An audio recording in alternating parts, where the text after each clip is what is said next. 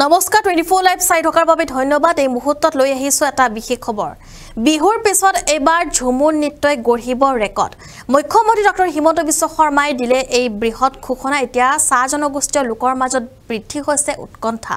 সবিশেষ লৈ আহিবলৈ চেষ্টা কৰিম এই মুহূৰ্তত। বিহুৰ পাছত এবাৰ ঝুমুৰ নৃত্যই পুনৰ এক ৰেকৰ্ড গঢ়িব। বিহুৰ পিছত পুনৰ আন এক ৰেকৰ্ডৰ বাবে সাজু হৈছে এতিয়া ৰাজ্যবাসী। এইবাৰ চাহ জনগোষ্ঠীৰ ঝুমুৰ নৃত্যই গঢ়িব ৰেকৰ্ড। ইতিমধ্যে ৰেকৰ্ড গঢ়াৰ বাবে সাজু হৈছে গীত সাজু কৰি তোলা হৈছে এই ৰেকৰ্ডৰ বাবে। ৮,০০০ যুৱক যুৱতীয়ে গঢ়িব এই ঝুমুৰ ৰেকৰ্ড। আৰু চলিত বৰ্ষৰ নৱেম্বৰৰ মাজত অনুষ্ঠিত হ'ব এই অনুষ্ঠান। ৰাজ্যৰ ৮০০ চাহ বাগিচাৰ পৰা যুৱক যুৱতীয়ে অংশগ্ৰহণ কৰিব এই ঝুমুৰ নৃত্যত। আমি জনাই আছো এই মুহূৰ্তৰ এটা বিশেষ খবৰ, কিয়নো এবাৰ বিহুৰ পাছত ঝুমুৰ নৃত্যই গঢ়িব অভিলেখ। আৰু তাৰ বাবে এতিয়া সাজু হৈছে ৰাজ্যবাসী, কিয়নো ইতিমধ্যে গীত ইয়াৰ বাবে সাজু কৰি তোলা হৈছে। মুখ্যমন্ত্ৰী ডক্টৰ হিমন্ত বিশ্ব শৰ্মাৰ এয়া বৃহৎ মন্তব্য। এবাৰ ঝুমুৰ নৃত্যই গঢ়িব ৰেকৰ্ড। এয়া মুখ্যমন্ত্ৰী ডক্টৰ হিমন্ত বিশ্ব শৰ্মাই কৰিছে ঘোষণা। সংবাদ মাধ্যমৰ আগত এই কথা প্ৰকাশ কৰিছে মুখ্যমন্ত্ৰী ডক্টৰ হিমন্ত বিশ্ব শৰ্মা।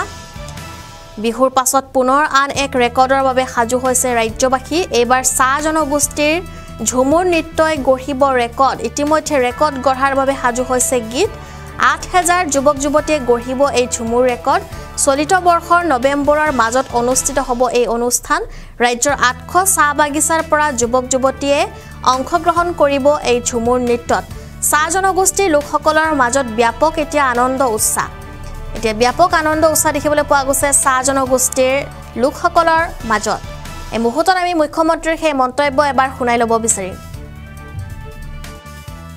তেখেতসকলক অসমত ১২,০০০ শিল্পীৰে সৈতে আমি বিহু সৰুসজাই ষ্টেডিয়ামত আমি আয়োজন কৰিছিলোঁ।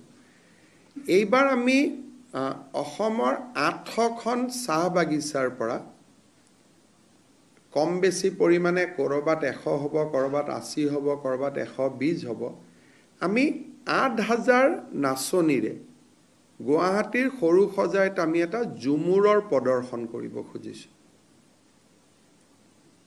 আৰু তাৰ কাৰণে আমাৰ গানটো ৰেকৰ্ড হৈ গ'ল। আমি ২ এদিনতে আপোনালোকক শুনাম।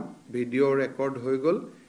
জিলা আয়ুক্তসকলৰ সন্মিলনীত বিহুৰ সময়ত আমাৰ যিখিনি ক'ৰবাত কম হৈছিল, বেছি হৈছিল, যিখিনি আমি শিকিছিলোঁ, জানিছিলোঁ, তাৰ ওপৰৰ পুৰণা অভিজ্ঞতা লৈ আমি ২০ নৱেম্বৰত গুৱাহাটীত আমি ৮,০০০ নাচনী আৰু বাদ্যযন্ত্ৰী আৰু আন যিসকল ঝুমুৰৰ কাৰণে প্ৰয়োজনীয় তেখেতসকলক লৈ আমি ইয়াত এটা ঝুমুৰৰ খুব সুন্দৰ এটা প্ৰদৰ্শন এটা কৰাৰ বাবেও আমি সিদ্ধান্ত লৈছোঁ। তাৰ বিষয়েও জিলা আয়ুক্তসকলৰ সন্মিলনীত আমি দীঘলীয়াকৈ আলোচনা কৰোঁ।